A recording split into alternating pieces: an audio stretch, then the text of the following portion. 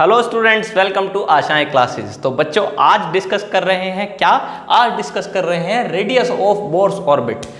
क्यों कर रहे हैं? इसलिए कर रहे हैं क्योंकि इसको एग्जाम में बहुत मार्क्स में पूछा जाता है, मतलब आता रहता है ये, है ना। तो 2 मार्क्स में आएगा, 3 मार्क्स में आएगा। सिंपल है, जल्दी जल्दी सीखना है, खत्म करना है। कैसे कैसे सीखना है मैं बताता हूँ। देखो, रेडियस निकालनी है बोर्स ऑर्बिट की। एक्चुअल में क्या है, ये एक एटम है और एटम के अंदर यहाँ पे क्या है, ये न्यूक्लियस है और इलेक्ट्रॉन ऐसे रिवॉल्व कर रहा है बेटा।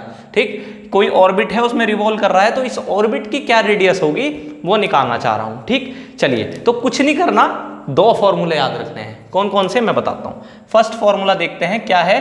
बोर की फर्स्ट पोस्टुलेट ये कहती है कि जो आपका सेंट्रीपिटल फोर्स है, भाई कोई चीज सर्कुलर पाथ में घूम रही है तो क्यों घूम रही होगी, वो तब घूम रही होगी जब उस पर कोई सेंट्रीपिटल फोर्स लग रहा होगा।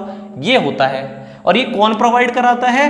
तो ये बोर अंकल बोल रहे हैं कि यहाँ पे ये जो इलेक्ट्रोस्टैटिक फोर्स है ना, इनके बीच का अट्रैक्शन है न्यूक्लियस का और उस इलेक्ट्रॉन का जो घूम रहा है चारों तरफ, उनके बीच का जो इलेक्ट्रोस्टैटिक फोर्स है वो इसको सेंट्रीपिटल फोर्स प्रोवाइड कराता है। चलो जी, तो कितना हो गया ये के फॉर 1/4 पाई एप्सिलॉन नॉट, ये के है। ठीक, अच्छा, Q1 इंटू Q2 देखो, इस पे चार्ज कितना होता है न्यूक्लियस पे, जितना इसका एटॉमिक नंबर है उतने इसके अंदर प्रोटॉन्स होते हैं न्यूक्लियस के अंदर, और एक प्रोटॉन पे चार्ज E है, तो टोटल चार्ज ऑन न्यूक्लियस कितना हो गया, Ze। ठीक बात। अच्छा, Q1 Q2 क्या है, Q2 इलेक्ट्रॉन पे चार्ज, एक ही इलेक्ट्रॉन होता है, हाइड्रोजन होता है बेटा, ये है ना, हाइड्रोजन एटम के लिए होती है। अच्छा, तो क्या हो गया ये E। ठीक, समझ में आता है। Q1 इंटू Q2 अपॉन हो जाता है R²। पहली इक्वेशन बन गई।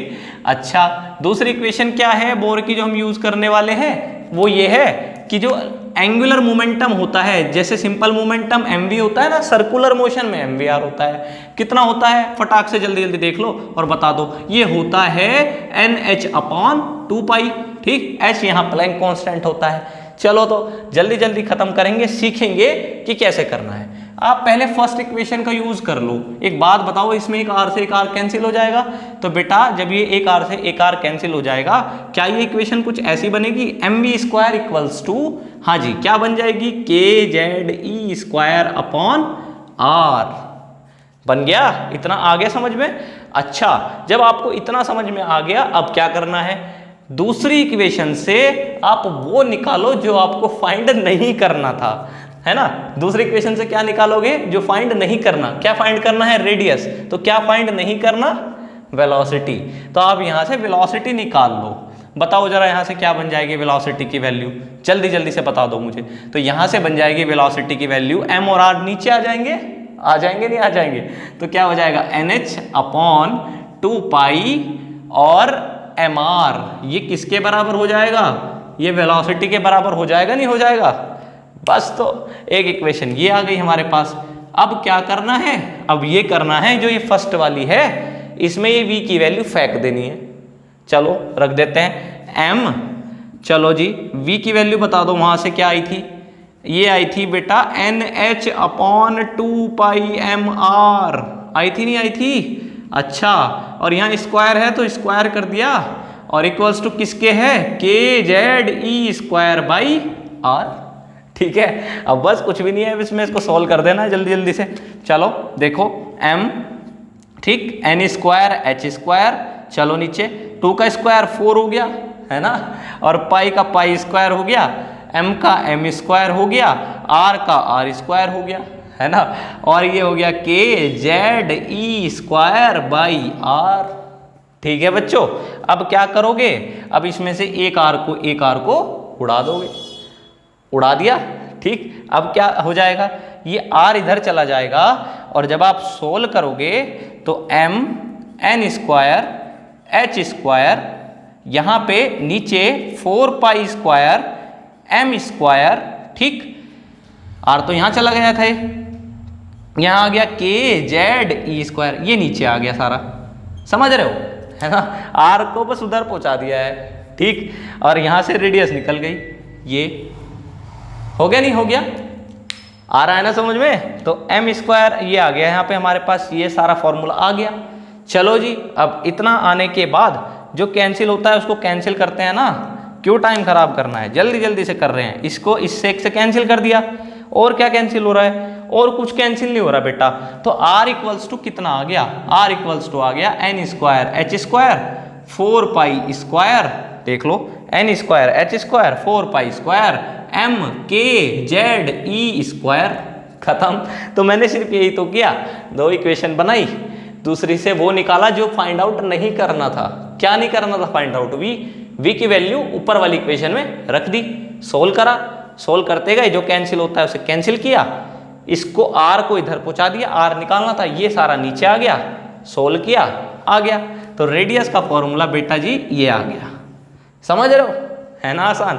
अब देखो इसमें अगर आप वैल्यू पुट कर दो, करके नहीं दिखानी है, सिर्फ बताना है। h की value Planck constant 6.6 10 to the power -34, m mass of electron 9.1 10 to the power -31, आपको लिखने भी नहीं है, ठीक। k 9 into 10 to the power 9 होता है, ये है इलेक्ट्रोस्टैटिक कांस्टेंट। z है atomic number of that atom, तो एटम हमारा हाइड्रोजन है, ठीक, ये 1 है। e चार्ज ऑन इलेक्ट्रॉन, ये 1.6 10 टू द पावर -19 होता है। तो बेटा इतना सारा सोल्व नहीं करना, सीधा आपको इसको सोल्व करके डायरेक्ट वैल्यू याद रखनी है 5.29 10 टू द पावर -11, नीचे z मतलब कौन सा, वो आपने एटम कौन सा लिया है, ठीक, वैसे तो हाइड्रोजन होता है, अगर कोई और होता तो आपने z लिख दिया, और यहाँ पे लिख दिया बेटा n स्क्वायर। अब पता नहीं कौन सी शेल की रेडियस है भाई, ये एक शेल है, एक ऑर्बिट है, इससे ऊपर दूसरी होगी, उसकी कुछ और होगी, है ना। तो बस ये फॉर्मूला आ गया, ये याद रखना है। इसमें एक खास बात है, क्या है कि r directly proportional n square के आ रहा है। इसका मतलब क्या है, इसका मतलब ये है बेटा r ratio r2 ratio r3। अगर आप पहली रेडियस, दूसरी रेडियस, तीसरी रेडियस जो हैं ऑर्बिट्स की, भाई एक ये ऑर्बिट होगी इसके चारों तरफ, होगी नहीं होगी, एक और होगी, तो उनके बीच की जो गैपिंग है वो कैसी होगी देखते हैं। r1 है तो n क्या लोगे आप 1, तो 1 का स्क्वायर रेशियो, जब आप रेडियस सेकंड मतलब दूसरी शेल ले रहे हो, है ना, जैसे ये दूसरी शेल है तो इसका क्या आएगा, यहाँ n स्क्वायर है तो बेटा ये हो जाएगा 4, 2 का स्क्वायर हो जाएगा, है ना। ऐसे ही r3 है तो आपने तीसरी शेल की रेडियस ली, तो n की वैल्यू क्या रख दोगे आप 3 का स्क्वायर, और 3 का स्क्वायर क्या हो जाएगा 9। तो बेटा आप देख रहे हो रेडियस का रेशियो कैसे आ रहा है 1:4:9, मतलब स्पेसिंग का क्या होता जा रहा है। देखो r1 की रेडियस ये थी, दूसरे वाली का गैप ये था, और तीसरे वाली का गैप इतना बड़ा हो जाएगा, समझ रहे हो 1:4:9। तो इस वीडियो में हमने जाना कि किस तरीके से आप रेडियस फाइंड आउट कर सकते हैं, किसकी, बोर्स की ऑर्बिट की, ठीक। बहुत आसान है, सिंपल टर्म्स में सीखा है, बहुत इंपॉर्टेंट है, जल्दी जल्दी सीखा है, और आपको इसी तरीके से हर लेक्चर को अच्छे से सुनना है, देखना है। फिर देखिए फिजिक्स में आपका स्कोर कितना हाई हो जाता है, ये मैं आपको एश्योर कर रहा हूँ 100% आप अच्छा स्कोर करेंगे अगर आप वीडियो को बहुत अच्छे से सुनते हैं, समझते हैं। चलिए तो मिलते हैं अब नेक्स्ट वीडियो में।